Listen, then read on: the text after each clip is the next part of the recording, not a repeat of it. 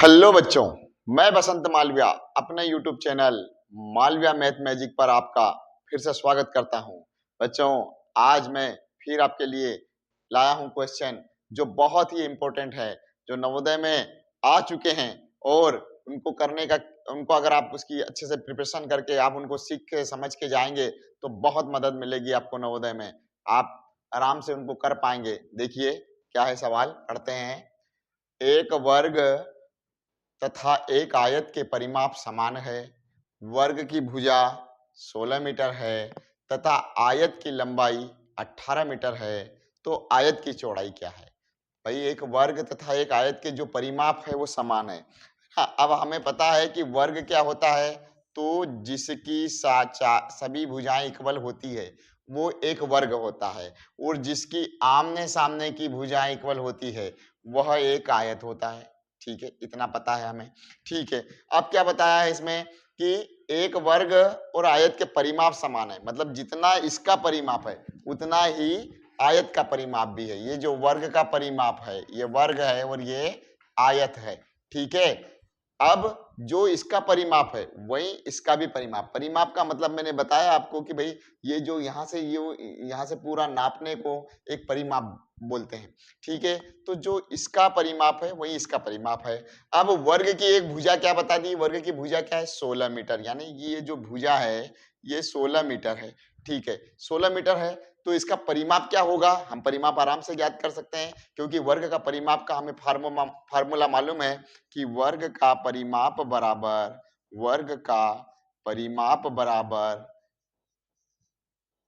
4 गुणित भुजा। 4 गुणित भुजा। अब 4 का कर दें भुजा में गुणा तो वर्ग का परिमाप आ जाता है। ठीक है, ले आते हैं तो 4 गुणा 16 और हमारा उत्तर आ गया 16 चौक 64 मीटर। अब 64 मीटर इसका भी परिमाप है, ये वाले आयत का भी परिमाप 64 मीटर ही है, क्योंकि वर्ग और आयत का परिमाप समान बताया है ना। तो इसका भी परिमाप अपना 64 मीटर हो गया। तो इस आयत का परिमाप कितना हो गया?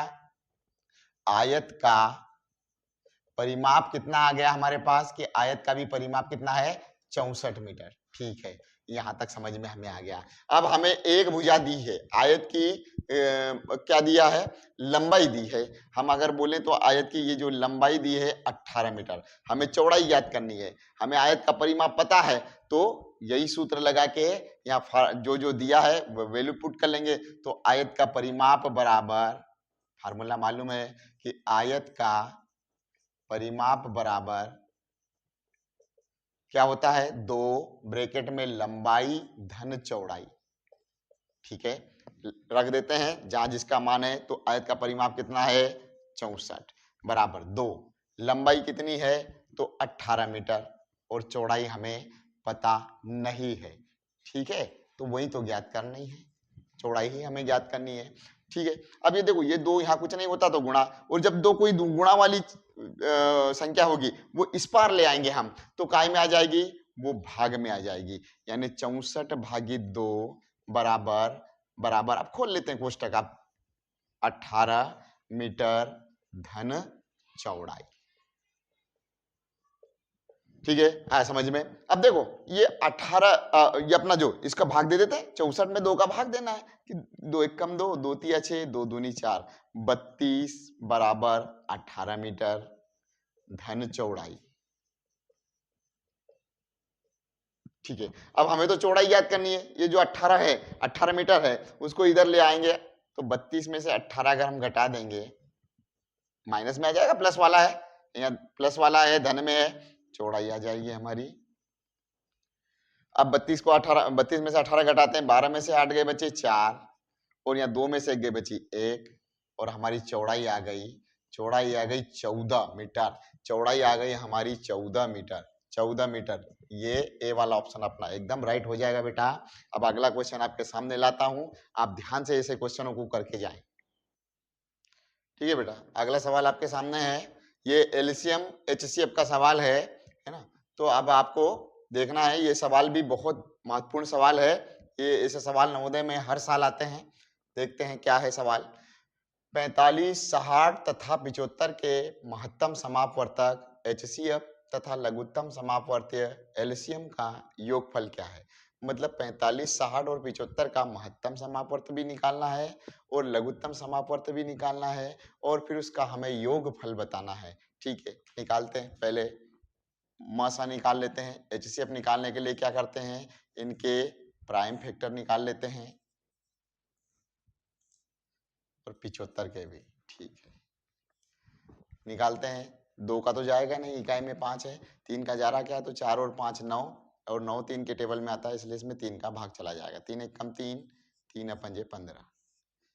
अब फिर 3 से जा रहा है, 3 अपंजे 15। अब 5 से जाएगा तो 5 एक कम 5। इसमें इकाई में 0 है तो 2 का भाग चला जाएगा। 2 तिया 6, 0 का 0।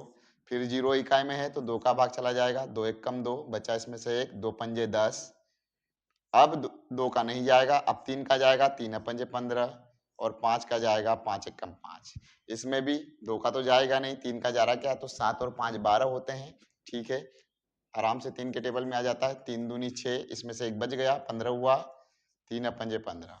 5 से 5 25 और फिर 5 से 5 एक कम 5। ये एचसीएफ निकालने के लिए हमें जोड़े बनाने पड़ते हैं।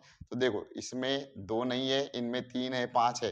तो देखो, हमें 3 इसमें भी है, 1 3 इसमें भी है और 1 3 इसमें भी है, तो हमारा 1 तो 3 निकल आया। 5 1 5 5, तीनों में 5 है तो हमारा 5 भी निकल आया कॉमन। और जब कॉमन 3 और 5 निकला, 3 और 3 पंजे 15, तो इसका एचसीएफ आ गया। एचसीएफ या महत्तम समापवर्तक आ गया 15। ठीक है, एलसीएम आप ले लेते हैं। एलसीएम, तो एलसीएम लेने का तरीका भी आपको पता ही है, सबको साथ में लिख के इसके अभाज्य गुणनखंड निकालते हैं। 2 से जाएगा, इसमें नहीं जाएगा पर इसमें जा रहा है। कोई भी एक संख्या में भी अगर 2 का भाग जा रहा है तो हमें देना है। ठीक है, जिसमें नहीं जा रहा है उसको कोई छेड़खानी नहीं करनी, उसे एज इट इज लिख देना है।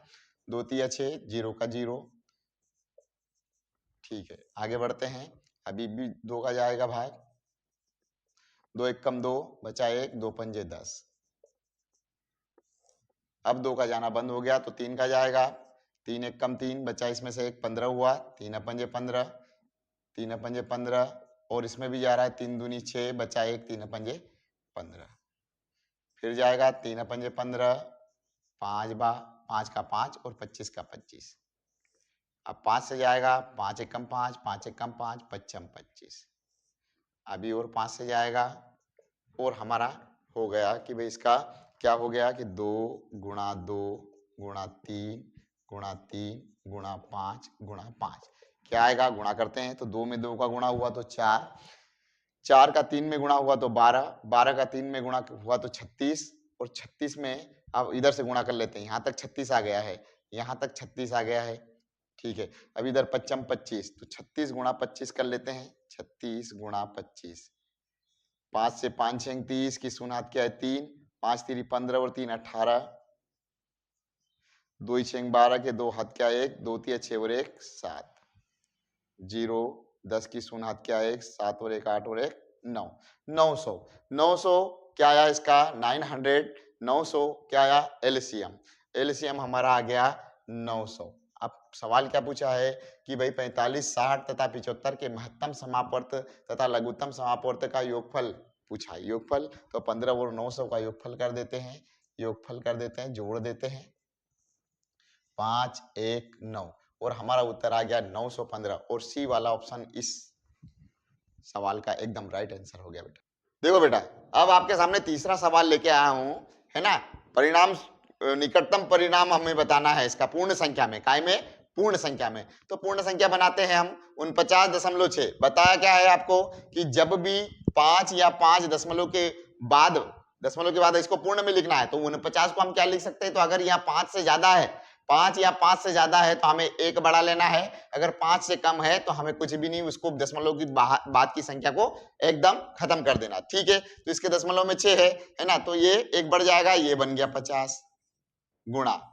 इसके दशमलव में 2 है तो दशमलव में 2 है तो मतलब लिखने की कोई जरूरत नहीं है। अगर 5 होता तो हम इसको 11 लिख देते, 6 होता तो 11 लिखते, 4 होता तो 3 होता तो 2 होता तो 1 होता है, तो हम उसको पूरा खत्म करना है हमें, है ना। ये 10 ऋण माइनस 7.1 यानी इसका मान हो गया 7 29.7 यानी इसका मान हो गया आपका 1 बढ़ जाएगा, है ना, 5 से ज्यादा है यानी 1 बढ़ जाएगा, ये हो गया 30। 5.1 का मान 5 गुणा 20.1 का मान भी 20 कर लेते हैं। 50 का 10 में गुणा किया तो 500, 7 का 30 में गुणा किया तो 210 और 5 का 20 में किया या 20 का 5 में किया तो 100। ठीक, आगे चलते हैं। 500 में से 210 को घटाने हैं तो 500 में से 210 जीरो में से जीरो, यहाँ पे 10 में से 1 गया बचा 9 और ये 4 में से 2 गए बचे 2, 290 ऋण 100 और 290 में से 100 घटा दिए तो हमारा 190 उत्तर आ गया। अब 190 कौन सा ऑप्शन है? हमारा डी वाला एकदम राइट आंसर हो जाएगा बेटा। हाँ बच्चों देखो, अगला सवाल आपके सामने फिर सरल करने का, सिंप्लीफिकेशन का सवाल मैं आपके लिए लाया हूं कि 15 ऋण 15 भागित 15 गुणा 6 बराबर x है। 15 minus 15 divide by 15 multiply 6 is equal to x। तो x का मान ज्ञात करना है। अब x का मान आपको ज्ञात करना है। कई बच्चे जितने भी एक्सपर्ट हैं वो भी इसमें चूक जाते हैं। कैसे चूक जाते हैं कि भाई 15 में से 15 घटाया जीरो, 15 का भाग दिया जीरो में जीरो और जीरो का गुणा 6 में किया जीरो और फट से लगा के आगे बढ़ जाते हैं। नहीं बेटा, ये जब भी मैंने बताया आपको ध्यान रखना है कि एक से ज्यादा साइन जब भी आ जाए तो आपको बोडमास का नियम लगाना है, BODMAS, यानी पहले ब्रैकेट, अगर ब्रैकेट है तो नहीं है, ऑफ है तो ऑफ, डिवाइड है तो पहले डिवाइड। अब डिवाइड कहाँ है? यहां पर डिवाइड है तो सबसे पहले डिवाइड होगा, आगे वाली संख्या में पीछे वाली का भाग देते हैं, पता है हमें। ठीक है, तो 15 को वैसा का वैसा लिख लिया, माइनस 15 का भाग देंगे 15 आ जाए, 15 कम 15 एक बार में गुणा 6। ठीक है, अब देख लेते हैं बराबर x, चलो इसको भी लेके चलते हैं साथ में। अब डिवाइड के बाद अब आगे क्या करते हैं? गुणा करते हैं, गुणा का नंबर है तो 6 और 1 का गुणा हुआ तो 15 ऋण 6 कम 6 बराबर x और 15 में से 6 गए तो 9 बराबर x, यानी कि x की जो वैल्यू है वो 9 है ना। x की जो वैल्यू है, यदि 15 ऋण 15 भागित 15 गुणा 6 बराबर x हो तो x का मान क्या है? तो x का मान क्या होगा? 9 आएगा और हमारा ये उत्तर एकदम राइट हो गया बेटा कि 9 कहां पर है? ऑप्शन नंबर सी हम लगा देंगे। देखो बेटा, और फिर मैं आपके लिए एक और सवाल वही लेके आया हूं बोडमास का, है ना, सिंप्लीफिकेशन का, है ना। तो करते हैं, क्या होता है बोडमास का नियम आपका क्या बोलता है कि पहले ब्रैकेट, फिर ऑफ, फिर डिवाइड, फिर मल्टीप्लाई, फिर एडिशन, फिर सब्ट्रैक्शन, है ना। तो करते हैं, पहले ये ब्रैकेट हल करते हैं, 3/8, बाकी कुछ नहीं करना है अपने को, है ना। 3/8 ब्रैकेट हल किया, हर समान नहीं है तो हरों को जब भी माइनस या प्लस लगा होता है भिन्नों के बीच में, और हर समान करके ही उसका जोड़ना या घटाना होता है, माइनस एडिशन या सब्ट्रैक्शन होता है। ठीक है, 3 और 6 का एलसीएम आ गया 6। अब क्या करना है? अगला प्रोसेस, नीचे वाली संख्या का भाग देना है और जो भागफल है उसमें ऊपर वाली में गुणा करना है। तो 3 का टेबल लेके 6 आ जाए, 3 दूनी 6 दो बार में, और 2 का गुणा ले जाके ऊपर 5 में क्या, तो 2 पंजे 10, 2 5 जा 10। 6 का टेबल लेके 6 आ जाए वन टाइम में, और 1 का ले जाके ऊपर गुणा किया तो 1 1 एक, एक एक कम एक, धन 5/8। ठीक है, ये हो गया एक स्टेप। अगला स्टेप अब इसको कर लेते हैं, 3/8 भागित 10 में से 1 गए बचे 9/6 धन 5/8। अब अगला क्या है कि भाई जब अब देखो दो साइन आ गए, एक डिवाइड है एक प्लस है, यानी कि हमें पहले डिवाइड करना है फिर मल्टीप्लाई, है ना। तो हमें नियम के अनुसार भी तो क्या करते हैं, भिन्नों को भाग देने का नियम आपको पता ही है कि पीछे वाली संख्या को गुणा लगा के पलटा दो। ठीक है, अब देखो दोनों के बीच में अब क्या है, अगला नियम है गुणा करने का, तो गुणा करना है। अब जब दो संख्याओं के बीच में गुणा है, ऊपर वाली वो नीचे वाली से कोई एक जैसी संख्या से भाग अगर जा रहा है तो हमें भाग दे देना है, इन दोनों को ही देखना है। अब देखो 3 के टेबल में 3 आता है, 3 एक कम 3, 3 3 9। 3 के टेबल में 3 आता है, 6 भी आता है, 3 एक कम 3, 3 दूनी 6। अभी भी 2 के टेबल में 2 भी आएगा, 8 भी आएगा, तो ये कर लिया, 2 एक कम 2, 2 चौको 8, और हमारा, है ना, हमारा उत्तर आ गया। उत्तर नहीं है अभी आया, 1/4 धन एक एक बचा है, नीचे 4 एक कम 4 बचा है, 5/8। अब फिर वही कि भाई दोनों के हर अलग अलग हैं, तो हर समान करने के लिए क्या करते हैं, हम एलसीएम लेते हैं। और 4 और 8 का एलसीएम क्या आता है, 8 आता है। एलसीएम का मतलब आपको बताया है कि भाई जो भी इन दोनों के टेबल में जब सबसे पहले आएगा, लोवेस्ट कॉमन मल्टीपल, वही इनका एलसीएम है। तो देखो 8 के टेबल में 8 आएगा और 4 के टेबल में भी 8 आ जाएगा। अब 4 का टेबल नहीं कि 8 आ जाए तो 2 बार में आता है, और 2 का ले जाके ऊपर वाली अंश में गुणा किया तो 2 एक काम 2। 8 के टेबल में 8 एक बार में, और 1 का ले जाके ऊपर अंश में गुणा किया तो 5। और 2 और 5 कितने होते हैं, 7/8। और 7/8 जहां भी होगा उत्तर, वो हमारा एकदम राइट आंसर हो जाएगा बेटा। और ये 5 क्वेश्चन की सीरीज मैं आपके लिए लाऊंगा बार बार, ठीक है।